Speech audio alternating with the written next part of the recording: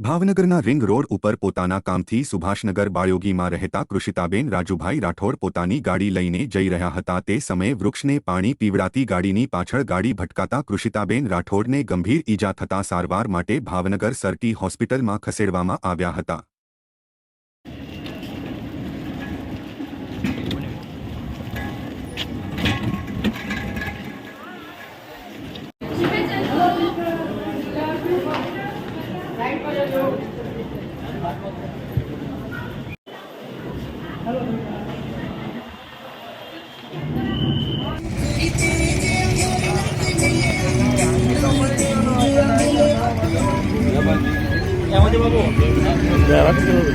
masih begitu.